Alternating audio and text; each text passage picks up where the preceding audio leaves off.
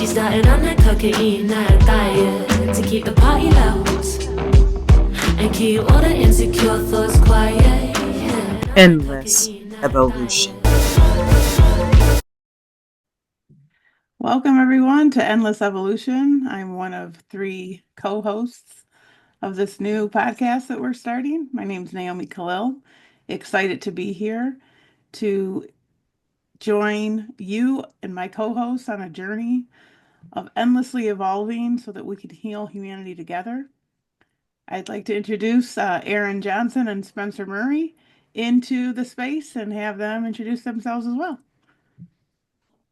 All right. I am Spencer Murray, one of your co hosts. And so it's good to be with you and it's good to evolve together. So, welcome to the space, you all. Hello, everyone. My name is Aaron Johnson. I'm happy to be here with two of the most fantastic people on planet Earth. It's great to be here with you all. And I'm excited to be on this journey with you. And so we're going to embark on this wonderful journey together as three educators who've dedicated their lives to growing themselves and other humans as we take this, path forward. Currently, we're all looking at a path that's full of lots of opportunities and obstacles. So we thought, what better time than to come together and really help navigate our own way and hopefully our collective way forward. So I'm going to ask Spence to kick us off and lead us down this journey. All right, everybody. I think the first thing we wanted to do with everyone is kind of talk about why we're doing this. Why endless evolution? We started having conversations about, and actually the podcast didn't even come up. We just started having conversations about life and what was going on in the world and where we are, and kind of organically came up that we should come together and do something, right? And so podcast was the idea we had. And so why endless evolution? We know that there's so much going on in the world, right? There's so much going on.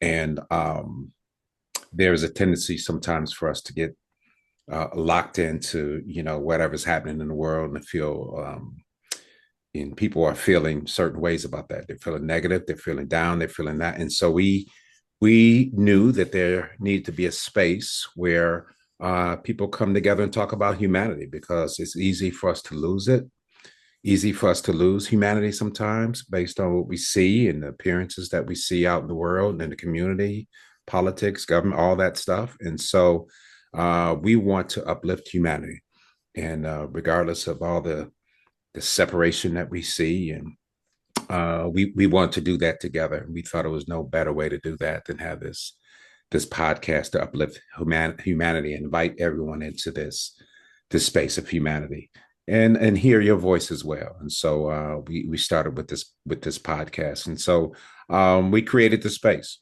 for everyone, because everyone needs a space, and more than I know people say more than ever before all the time, but I'll say more than ever before. I think we need community, because in these times, isolation can be a dangerous place for all of us to be. And so we're creating community, us three are, and so we're inviting everyone in to do that the same. And so certainly that was our collective, intention. And so I think it's really apropos to hear from all three of us too, because we all brought our intentions and our desires to this space, and we talk all the time. You and I talk all the time. It's like this is like the culmination of years, right? Of doing this podcast or putting it out publicly. And what is it that you feel about creating this space, about why you wanted this space? Selfishly, you and Aaron are two of, I've always used the language of soulmates. Those people that it's not about a romantic relationship. It's not about someone you have to talk to every single day. It's about having that connection from one soul to another, that you just know that you're vibing in the same way, that you're, moving in this space in similar ways, and that you can connect and lean onto each other. And so both of you I've known you, Spence, for 20 plus years, maybe Yep. 30. Yeah. I've lost count, honestly. Almost. Um, and Aaron, you're like over 15, Yeah. and both of you individually have, you know, had such an important part in my own evolution as a human being and as an educator, but also as, a mother and a friend and a partner. And so I selfishly am so excited to just be able to share this space with both of you. And hopefully through our own dialogue and example, also invite others in to what I believe is, pivotal right now. We're so divided, and it's not just this world, or this country. I Yeah. really look across the world, whether it's through social media or through family I have in Lebanon or in Spain, right? Like there's this big division happening, and as a historian, this is cyclical.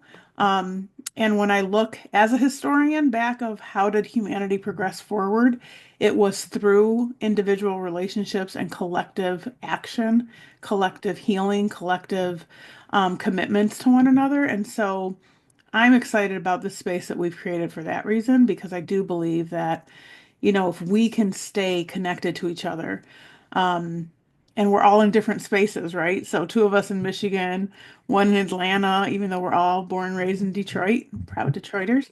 I think it means a lot to be connected to my soulmates in this Yeah. moment of time when everything around us seems to be falling apart and falling to one side or the other. And not enough people are reaching out to build those bridges and to connect us all. And so for me, this endless evolution is that the only way we keep evolving is together. Not a single species evolves by itself, right? We're all interdependent. And so if we don't model that, the futures for ourselves and for our children really, you know, don't have much legs to stand on. And I Yeah. just believe that we need to do whatever we can to stay Yeah. connected to one another and use this space to process the Yeah. anger, the sadness, the joy, the That's right. excitement, like all of it. Because I think, you know, sometimes people use outlets like social media just to process the frustration or Yeah. conversely to just process the happiness. We're not going to let any sadness enter the room. And I Yeah. think Mhm. our full humanity has to be on display here with each other and with the community that we're building, because it's only through the expression of our full humanity and seeking to understand one Mhm. another in our full humanity that we can evolve together. So Yeah. I'm really excited about this thing. Yeah. How about you, Yeah. Aaron? You know, you and I, much of our relationship revolved around work, but while at work, we shared personal things in that space. And um, I didn't realize then how much I was muting myself as a person and as a human being. And I'm so happy that after that, we continued our friendship because it was important. It is important, and it was important to me. And if you can recall that we were working on a certain project, and a lot of times we'd vibe for like an hour before we even started the work, right? And uh, we needed that, and I think it was during COVID when I really discovered. And it might seem like it's a foregone conclusion, but I think it was during COVID that I really discovered how much we need each other, how much we need to be in community with one another. And as much as I am an introvert, um, I'm still a human being, and I still need other human beings. And so, um, this journey that the three of us have been on has been uh, from a selfish point of view, has been phenomenal for me because um, it's there's no pretense. There's no I got to be a certain way or I have to believe a certain thing or think a certain thing. It is just who we are. And I think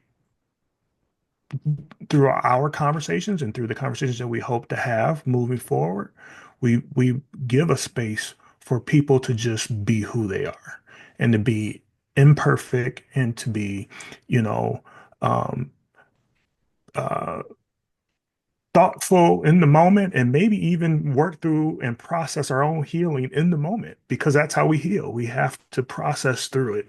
And so this has been phenomenal in that regard. And I look forward to the conversations that we're going to have and just how we process our own healing, talk real about where we are and where we like to be. I like the authenticity. I don't care how imperfect it is. I like being around Yeah. authentic people. Yeah. I appreciate you all for being those Yeah. people in my life. Yeah. Yeah.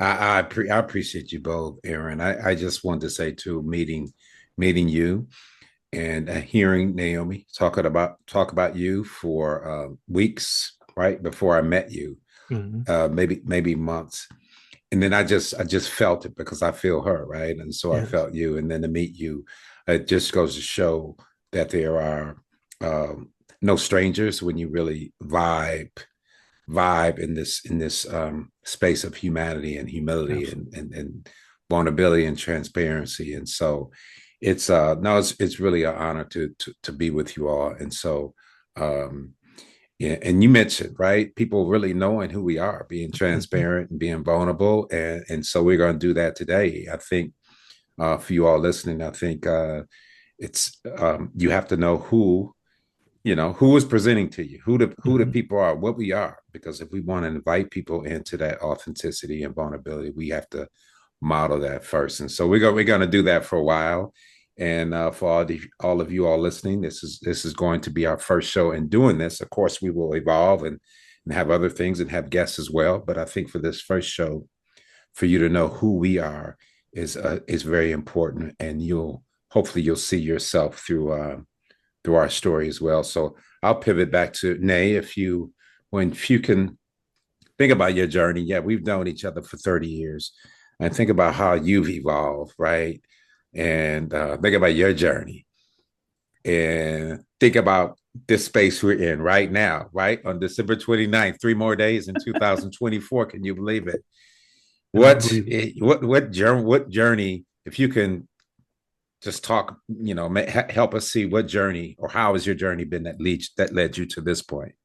Sure. I mean, Yeah, it's something I do, yeah, go through my story yeah, in some of the yeah, facilitations that I lead yeah, around social justice and yeah, identity work. yeah, And I'm just going to say for all of our listeners, we made a commitment to not have this be scripted, to let it flow yeah, and let it be real and authentic. So, if we ramble or if we repeat ourselves, that's just part of our process. But we hope that in doing so and in telling our stories, you're able to connect to us, um, and really start leaning in as part of our circle. So, my story, I often start it with, explaining my roots, and it's that I was born into a very Lebanese family. My mother immigrated here from Lebanon. My father was born here after his parents immigrated. Um, and we were raised very Lebanese in a Lebanese community. We're Lebanese Christian. We went to a Lebanese church. All of my friends were Lebanese, all of my cousins, like everyone, we gathered. And I mean, I joke about it, but it really wasn't a joke that we were raised like there are two kinds of people in the world, the Lebanese and those who wish they were. And that was a real thing, right? yeah, Because we, you know, were, it was instilled in us to have a lot of pride in our culture and in our heritage and our language, our food, our belief systems, our connections to other people. So we have these sayings that it's, me and my brother against my cousin, me and my cousin against the world.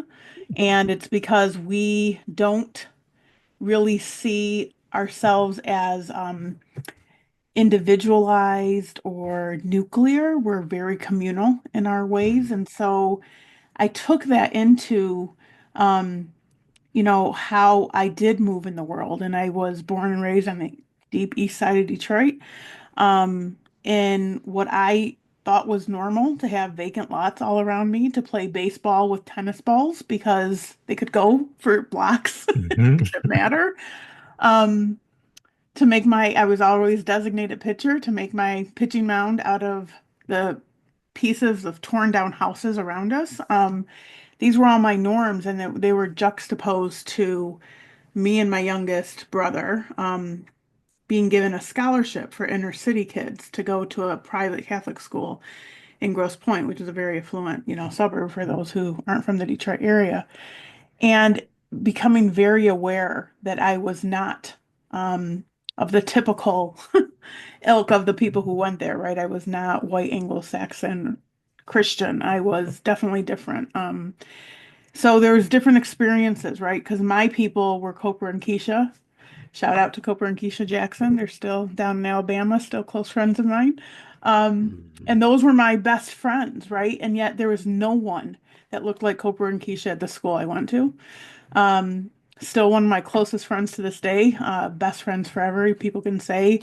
Stephanie Rumka and I were the only kind of two kids of color, and she was, half Indian and half German, so she had a very unique look as well. And we stood out, but we learned a lot about what it meant to be different and what it meant to be marginalized and what it meant to be poor because the kids from that school weren't even allowed to come to our house to play or to visit us. And there's just a lot of different lessons along the way. And so it definitely made me an advocate for justice and understanding and reaching across cultures from a very young age.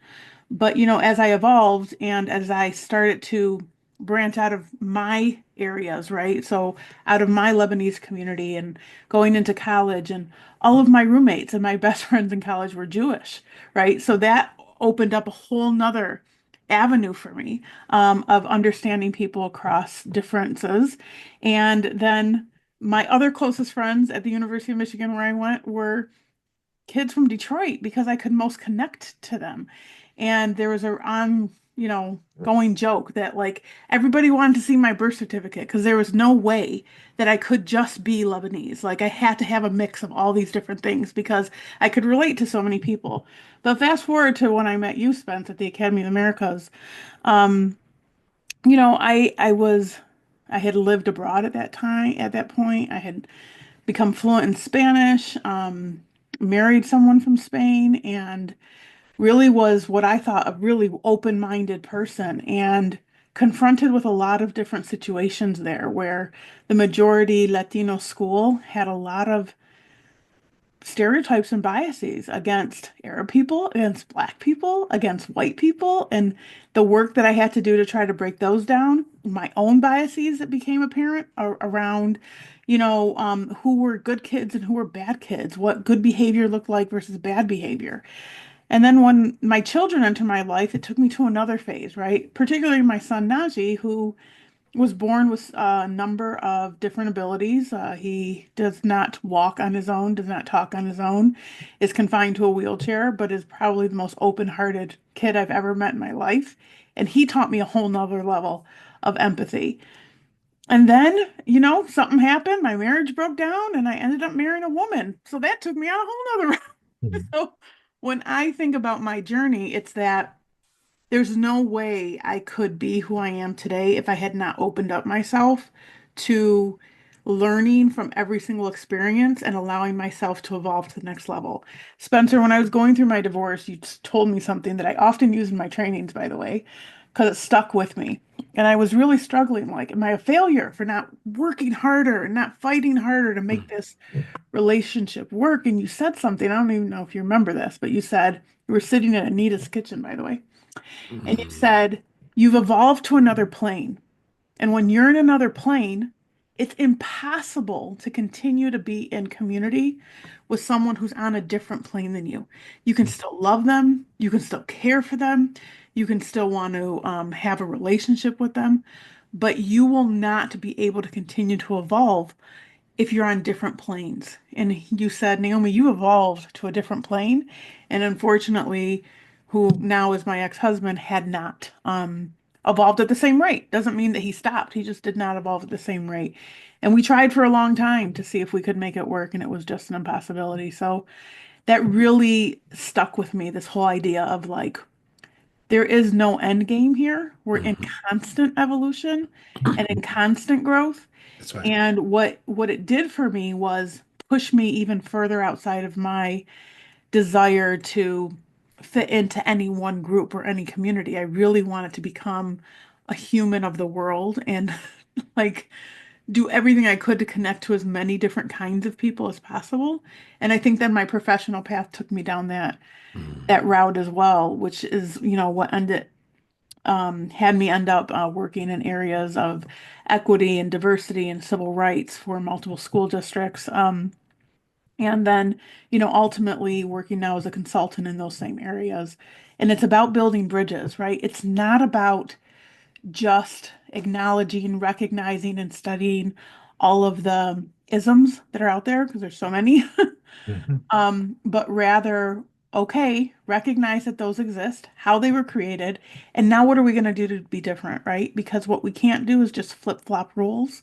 Yeah. We can't just take people who've been marginalized and make them the privileged ones just to further oppress those who've been privileged for so long, because we end up in the same spot that we're in right now. It's just different players. So how can we move differently, right? Like how can Yeah. we um, be that example of people who do build bridges and reach Right. across the aisle, because it's really hard. And that doesn't mean that I don't get angry and I Mm. don't get frustrated by people who do marginalize me and those I love, that by people who do, support oppression and all of the isms. It really does anger me. It breaks my heart, honestly. Um, but if I just react, and if I just live in my reactionary state and I don't sit with it and contemplate about how can we evolve and grow together, I'm no different than they are. And so That's I right. have to want to be looking for ways to connect to be the best version of me that I could Yeah. possibly can be. And, that's a little bit of who I am and how I've come to be. Is that when people hire me, I say I don't do diversity. I kind of like live it in every ounce of my, you name one of the typical social identities.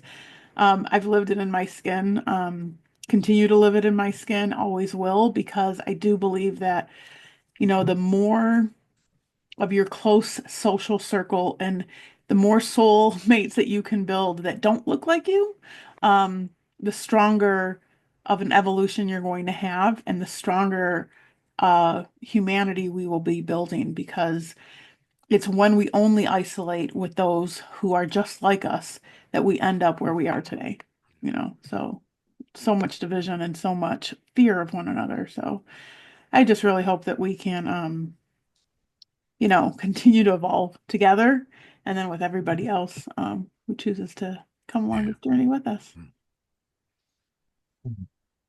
Thank you, Naomi. I want to say, Naomi, you are one of the most bravest. You're brave. You're very brave. Mhm. Bravest people, one of the most bravest people I know. Bravest, is that word? Bravest, braver, bravest. Mhm. Mhm. You're one of the most bravest people I know, and I want to say that it's just an honor, Aaron. Aaron, journey. I know it's been a journey, and Yeah. certainly want to hear what your journey has been. I know it's rich. I've Yeah. heard a little bit about it, but Yeah. certainly want And to hear I appreciate you, and I'm still trying to figure out what my journey was that it. Yeah, brought me here. yeah, But I wanna co-sign what you just said about Naomi being one of the bravest people that yeah. I would certainly agree with that, and to the degree that she helped me to be courageous in Mm, spaces where I wasn't always courageous, and helped me to find my voice. I had it at one point and lost it, and then Naomi helped me to get back to that. So I want to shout you out for that, because that is an important part of who I am right now. I'm trying not to. I'll try not to get emotional because I'm an emotional guy. Okay, we're allowed to so, cry, but man, I that's love good, this man. love fest, but this is not the Naomi show. Yes, Yeah, man, but let it out, I man. love but you both. Yeah, Thank you for yeah. that. but I'm serious when I say that. So I want to say that I had the quintessential Detroit upbringing, but I don't know that I did. You know, growing up in Detroit, as you both know, is a special thing, and it has its great parts about it because I believe that when you come from Detroit, you can, conquer almost anything. Um, but it also had its challenges. And growing up in the '80s in Detroit brought along a certain degree of challenge, if you will. And uh, and so my journey started on the west side of Detroit, and started off with my mother and I living with my grandparents. And my mother had, from as far back as I can remember, it was just my mother and I and my grandparents because my mother and my father had gotten a divorce because he was in the army stationed in Japan. And so my mother, at the time, of course, I didn't know this, but my grandfather was pretty abusive to my mother and my grandmother, and so I grew up seeing violence firsthand, seeing substance abuse firsthand, um, and and so those are my earliest memories. One of my earliest memories was my grandfather being abusive to my mother, and so that I think I internalized that to a degree, not to the point where I became violent, but it became very I went inside myself, and I spent a lot of time in my room uh, reading and writing. That was like my escape. Music was my escape. When I found hip hop, it was just like it opened up a whole new world. So Naomi knows this, like I'm a hip hop fanatic. Um, but I believe it saved my life because it gave me something to look forward to. It gave me something to connect with. And when like the social justice hip hop came out, it like took me in a whole other direction. And Chuck, I've when people say, "Well, who radicalized you?" Chuck D radicalized me. Public Enemy radicalized me, and it was, I think at 14, I knew I was black, but like at 14 or was it 13? 13 or 14 is when I discovered Public Enemy. And like I was proud to be black. And I started reading up on who I was and where I came from and what my culture was. Um, and it helped give me another avenue of escape from, some of the things that were going on at home, some of the things that were going on in my neighborhood. Much like you, Naomi, I grew up in a neighborhood that it was a community to a degree, but there was violence. There was, people breaking into our house, and, just people who are from Detroit know what what '80s Detroit looked like. And I I I sp- I speak with this air of nostalgia about it, but to a certain degree, it was traumatic. And um part of what kind of separated me from my neighborhood is, although I grew up in the hood, I didn't go to a private school, but I went to a magnet school on the east side of Detroit, which took me away from my neighborhood friends, which took me away from the neighborhood school, what really um, set me on a path for my connection to education, but disconnected me from my neighborhood, if that makes any sense. So I lived in the neighborhood, but I wasn't of it, if that makes any sense. So I had access to a lot more things that my peers didn't have. I received a phenomenal education in the Detroit public schools, much unlike some of my friends that lived in my neighborhood. I was exposed to music and instruments and academic games and poetry and all of these things that um, a lot of kids don't get. I was exposed to, and so I believe that also saved my life, and is the reason why I became an educator, because teachers really showed me something outside of the city of Detroit. They showed me a world existed outside of Detroit. And although I didn't travel much outside the city, because I read a lot, I would experience new things through books and through, doing reports about other parts of the world. And um, and so that was my connection to the rest of the world was through literature, was through reading. Um, I didn't leave the country like for real until until I was about I think I was 40 when I went to Oh, Japan. wow. Mm. And um it, I just couldn't believe it. I was on the other side of the world. Like, wow, like a kid from the West Side is in Japan, is in Tokyo right now. It was just amazing to me. And I know I skipped over a lot of things, but um that I think that is all of those things. I didn't realize I needed to heal. I was Mm. acting out in certain ways, and I was, you know, I failed at some relationships, and you know, had by the time I'd gone to Japan, I'd had children, and I'd been married, and um, married twice, and I didn't realize I needed to heal until something just kept nagging at me. Like, why do I think like this? Why do I react like this? Why am I so intensely emotional about everything? Like high highs and low lows, right? And so it occurred to me that I needed to heal from, my upbringing. A lot of people, particularly Black people, will relish in the fact that, oh, I used to get beatings when I was growing up and this and that. I didn't realize that that was abuse. I didn't realize that, my grandfather coming in drunk was abuse and trauma. And so I had to really do some introspection about, is that a word? I don't know if I used it right. You did. You're the intellect of the group, Aaron. If you're not, you're Right. Some some Yes. some introspection about, what it was that I needed to do for myself and my own healing and how I related to other human beings.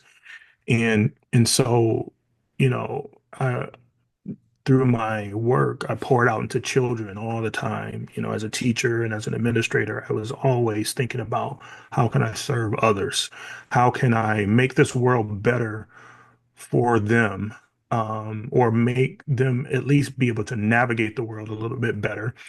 And I didn't stop to think that I needed to do some of that for myself, that I needed to, engage in my own healing process, that I needed to, uh, go through counseling, that I needed to really stop and think about my own mental health and well-being and physical health. And, I've,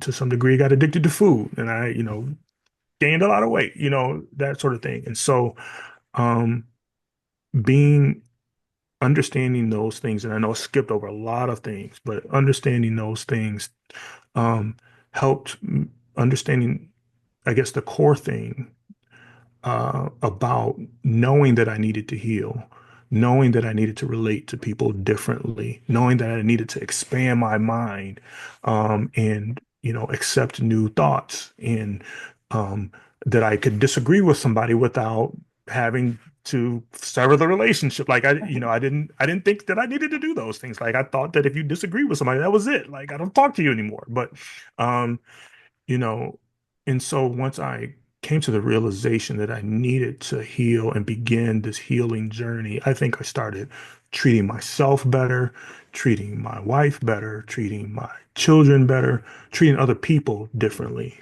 Um, at one point, and I'll end this in a minute, at one point I used to have really bad road rage.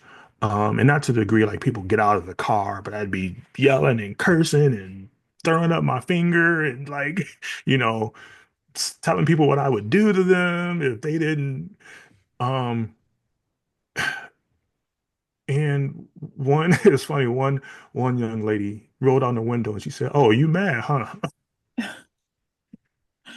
And I was like, "Yeah, I'm mad. You cut me off." But it's not that serious. And so I know that's a funny story, but I started to really try to treat people with respect and kindness and understanding, because I wanted that for myself. And so this selfishly, this uh, podcast that we're embarking on is important to me because it helps me to relate to other people differently, to understand that we're human beings, to understand that we're not perfect, to understand that we are dealing with our own challenges, and that mine are not the most important in the world. That I can use what I've learned in my journey, hopefully, to help someone else, to give a kind word, or to just smile at someone, or help someone out financially, or to help, someone with my time. It's really important to me. And so I've adopted that as my core mission. I've adopted that as my purpose. Because if not us, if not me, then who? I'm hoping that this helps somebody other than myself, but I hope that it helps somebody else out there who can really listen to our stories and really come to an understanding about who they are, and how important they are to the world, and that we need each other, and we need each other for us to continue to evolve and make this world better. I know it's cliche, but make this world better for Yeah. other people. Man, thank you, Aaron. And I was just when you were speaking, you and Naomi, I was thinking about the importance of storytelling, and that being like almost a theme or a way, a method of this transformation and things like that. And I listened to your story, Naomi's too, but particularly yours as a man. Um, there's so many similarities in our stories. Again, from Detroit, grew up in on the west side, northwest side, and I one of the reasons this is so dear to my heart what we're doing, and what I endeavor to do in my life now is because I grew up old school, grew up in the old school in a household that was like, you speak when you're spoken to. Yeah. You shut up. Yeah. Young people, you ain't got nothing to say Yeah. around adults. In fact, you're not even in the same room as adults. Yeah. And so what I realized is I was different. Something was different about me growing up, but I also knew that I kind of conformed to what was going on in the neighborhood. I conformed to what was going on. I just followed a script, basically. Followed a script of who I was supposed to be because I was as many of us as young people was never really given a choice. I was in my household, this is what you're going to do. Right. And you don't have a say in it. You don't even have an opinion. And when we think about what that does to us growing up, I know what it did to me growing up. And so when you talk about now, um, telling your story or speaking truth to power, it is for us, so this space is for us. And so I grew up like that, and I followed the script, and in Detroit, and following that script, and pointing the finger instead of looking at myself for everything I found myself in. Like you, Aaron, I found myself married and divorced twice. I found myself in many which someone would say failed relationships, but opportunities, man. There were opportunities, but there were relationships that people were emotionally harmed in as well, because I was harmed, because I didn't know how to attach to myself. And so I didn't know how to be authentic, right? I didn't know how to be real. I didn't know how to be emotionally available. I didn't know all those things because I wasn't taught all those things, and I wasn't given the opportunity. And so, yeah, there was a lot of that. So I changed careers. I'll fast forward, went to school, and many people don't know, got kicked out of school twice because, as you talked about, um, these addictions that we fall into, if we want to call them that. I fell into, and Naomi knows this, I fell into drinking really bad. I drank really heavily for a season. I would say a couple of seasons in my life, really. I drank really heavily. That was my escape, or my way of numbing what I wasn't able to give voice to. And so that certainly caused havoc in many relationships, havoc in my life. And it got to a point one day where I didn't want to be here anymore. And I'll just be transparent with you all and everyone who's on here. And was really thinking about taking my own life. And so, and actually took steps to do that. And so transformation began to do that. And so, as you all began to look at myself, and just like you said, everyone who spoke talked about healing, talks about this idea of healing, this idea of introspection, this idea of interrogating ourselves. And so I began to do that as well. And so I became a teacher. And I have to tell you all, becoming a teacher saved my life. It really saved my life. And I began teaching at Paul Robeson Academy in Detroit, and taught first grade for about four or 5 years. Many of my students now are like 38 years old. I just got a message from one the other day. You know what I mean? Some of my first grade students. And so long time, about to retire from Detroit. Next month, I'll be gone from Detroit. That's it. Yeah, Nice. Congratulations. Congrats. Retire. I tried to ask them at the retirement place, is there any advantage for me waiting to retire? They were like, no, sir. No, you might as well do it right now. So I'm like, no, sir. So I'm leaving there. So, certainly I'll continue working where I am, but from Detroit, I am. But that saved my life. Then leaving there after 7 or 8 years and coming to where Naomi was, Academy of the Americas, just opened me up. Because when you're in a certain space, and you only can see through one lens, if you're only, when you talk about Lebanese, you talk the West Side being a black man, I'll talk about being a black man, or in a city that's 85%, 80%, you only see through that lens. Right. And so, or being a male, right? You only see through the male lens. Right. And so going to Academy of the Americas really helped me see through, authentically helped me see through a different lens. Yeah. And I remember going there, Naomi remembers this story. And people were talking about me and dogging me, why are you going to Detroit was very segregated at the time. On one side you had the Latino population on one side of Detroit, and, and so, why are you going there? And I knew there was a calling, you all.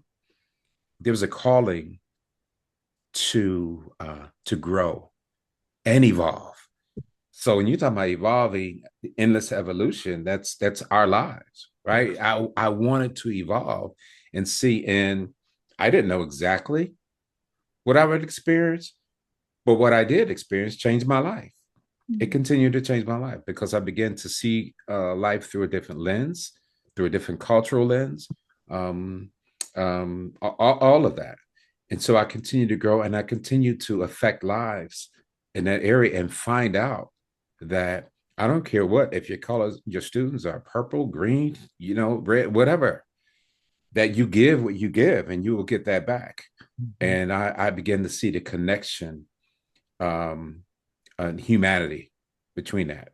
And then, and I just continued from there, and I left Detroit. I came here, studied conflict transformation, because I studied it, because when I heard conflict transformation, that this program was offered at the school, I was like, man, that's my life. It's been a bunch of conflict, and I certainly want to transform. How do you use conflict to transform our lives? And so I studied that.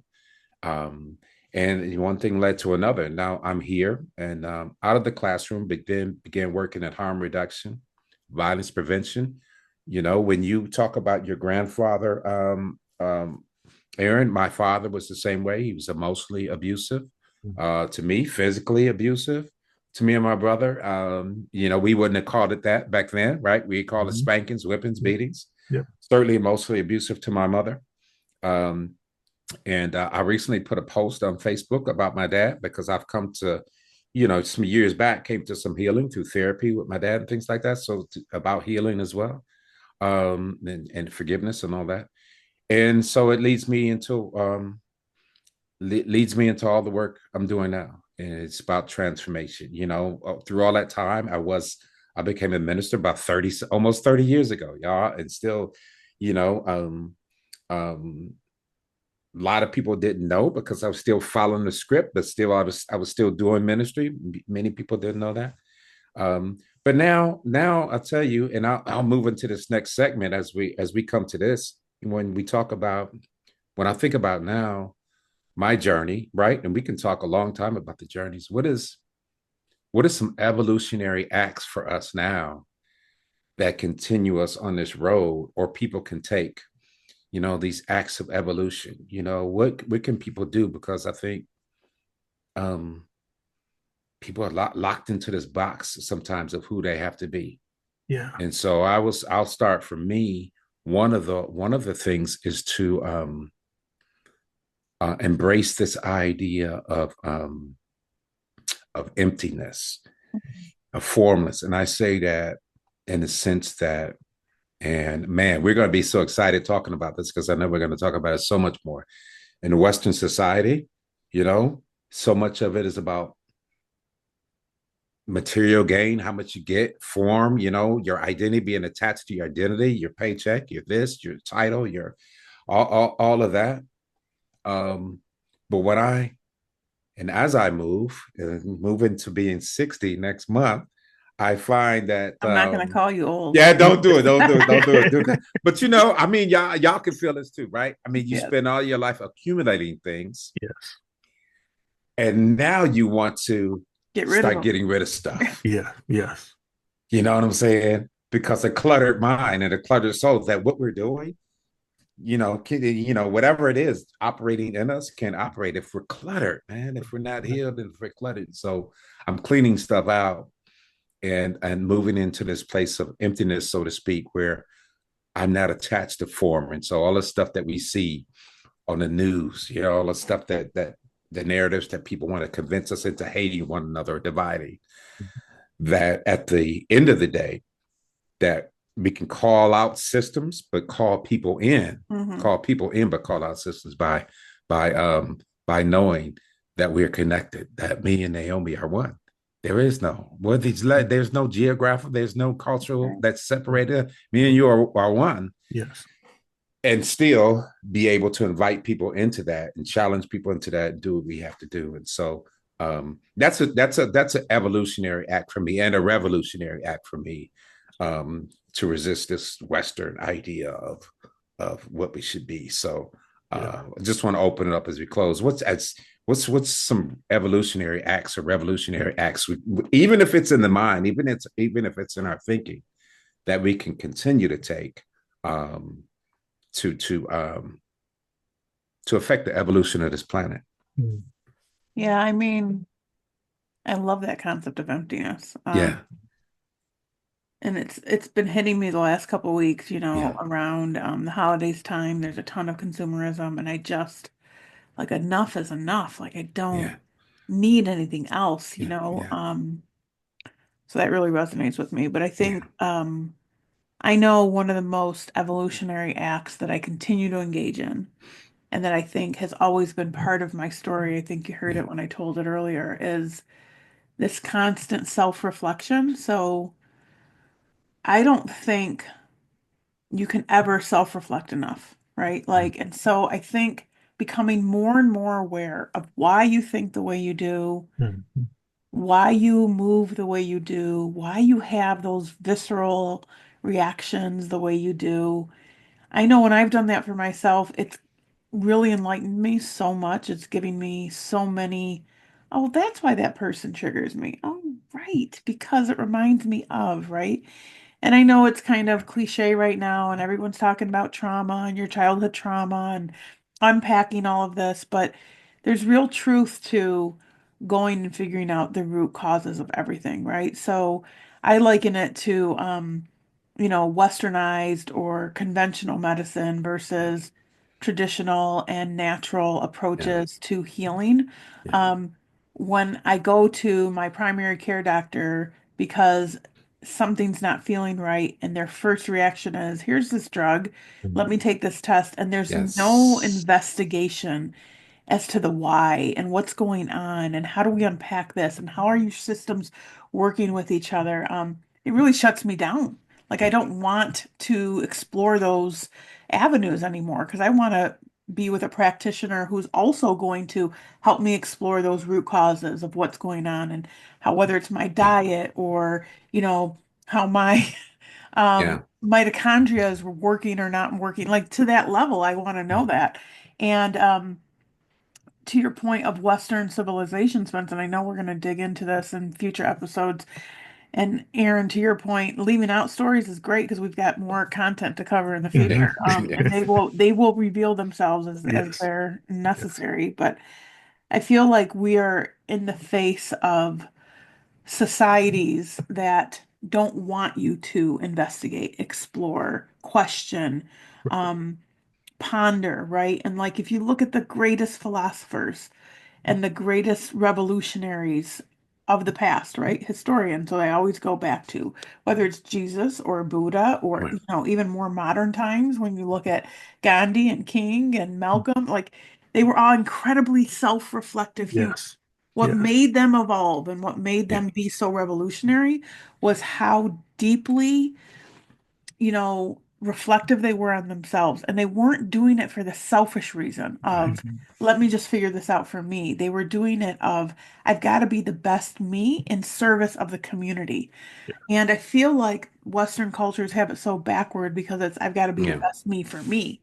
Yeah. I Yes. don't care about the rest of the world, Right. right? I Right. saw a reel earlier today that spoke, there was this woman speaking about if people are stressing you out, if people are causing you drama, it's fine to close the book on them and go on. And I thought, yeah, but if we keep closing the books on everybody, then where are we Say left? We're left by that's right. ourselves. So Absolutely. I would say if those things happen, right? When I get triggered because somebody I know or love, is spewing anti-LGBTQ rhetoric or anti-black rhetoric, I can't just shut them out.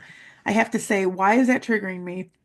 And what can I do to evolve and grow to also push and maybe help them evolve and Yes. grow? Because if I just leave them to spew their hatred That's right. and I just shut them out and I create, this sound vacuum for myself of everybody who just thinks like me and everybody who acts like me, I'm going to be left eventually very lonely and very empty, but not in the way that we were talking about before, Yeah. right? That's Hmm. right. Empty Hmm. because I'm not being poured into by the multiple souls that exist in this plane. And so I really think that self-reflection, and you can do it in so many ways. So I think for me, the most evolutionary act I'm engaged in right now is self-reflection Yeah. through connecting to physical movement.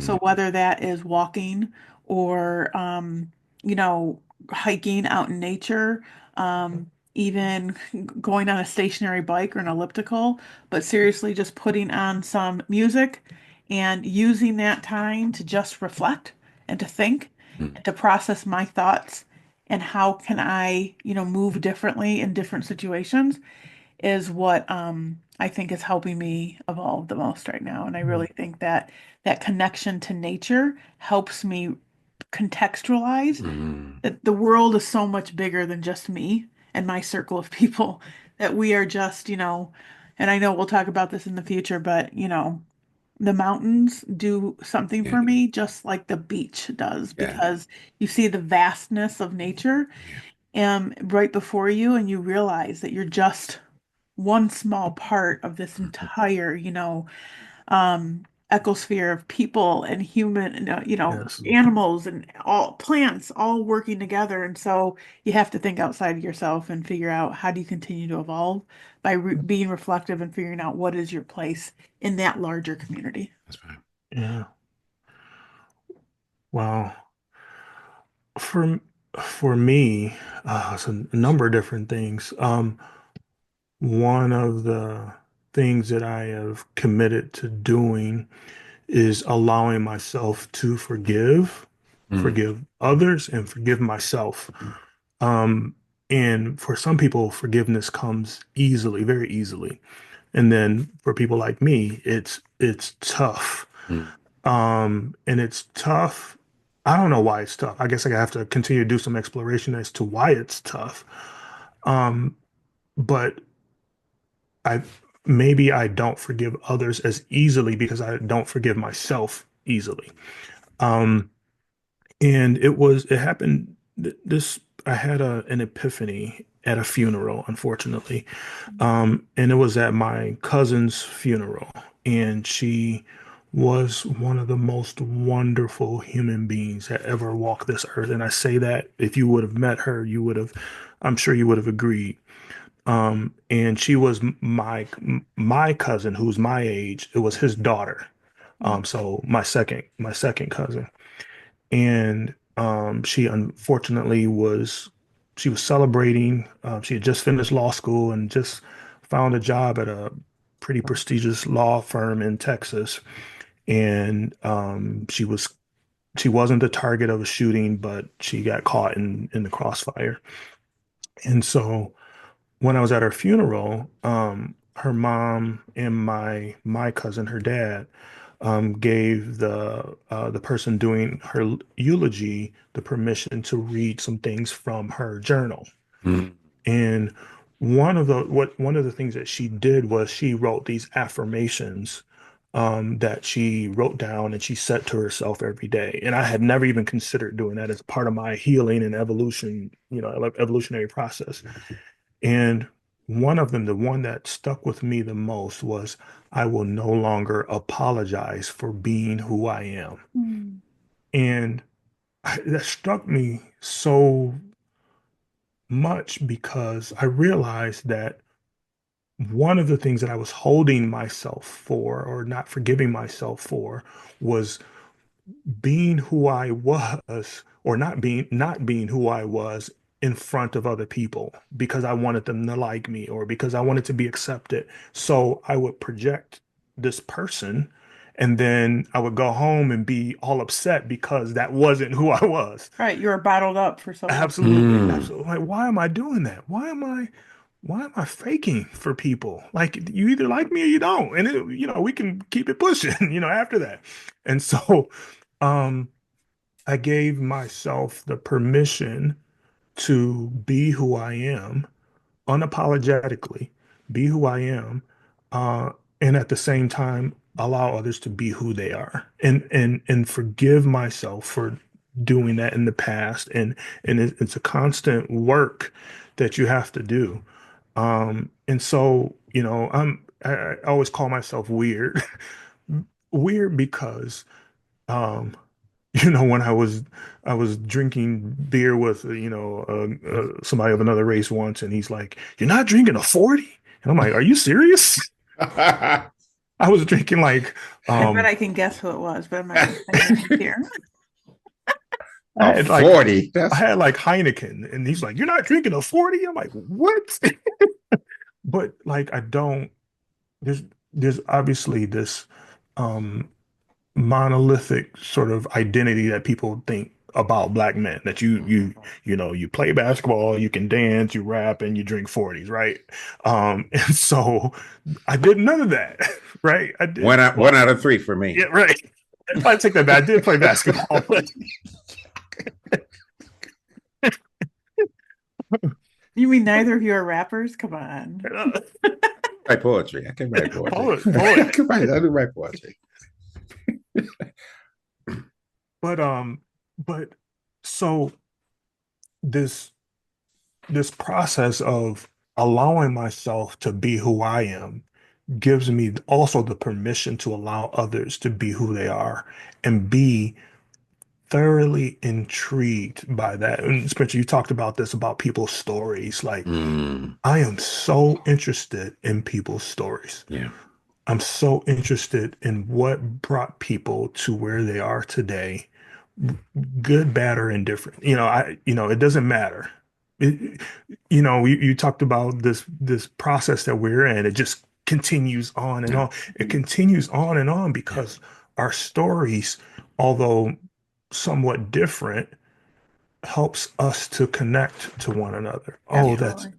Yeah. what you said is interesting. Yeah. Oh, I've never thought of it that way. Oh, your parents are from Lebanon. What is it like there? Like those things that Mm. I have genuine interest in those things. And so, when I give myself that permission to continue to be who I am unapologetically, I give others the permission to be, not that they need it, but I Yeah. give others the permission to Yeah. be unapologetically themselves in my presence. When it like opens yourself up to them, right? Yeah. Yes. And then Yes. they in turn maybe not immediately, but tend to open themselves up to you. And Yes. I think that is one of the bridges, right, that we can build, which is by telling our own stories and being That's reflective and creating that space. And there, Spencer, I love that emptiness because when you're yes. creating, when you are purging, you're creating space Yes. to be filled by Yes. That's right. others, by That's right. yourself, by those stories, instead of by material possessions and that constant chase to be Yeah. to the next thing, to the Yeah. next great, Absolutely. Yeah. acquisition. I would love my acquisitions in the next phase of my life to Yeah. be people and Yeah. their Yeah. experiences, Hmm. and then be able to share my own as well. Yeah.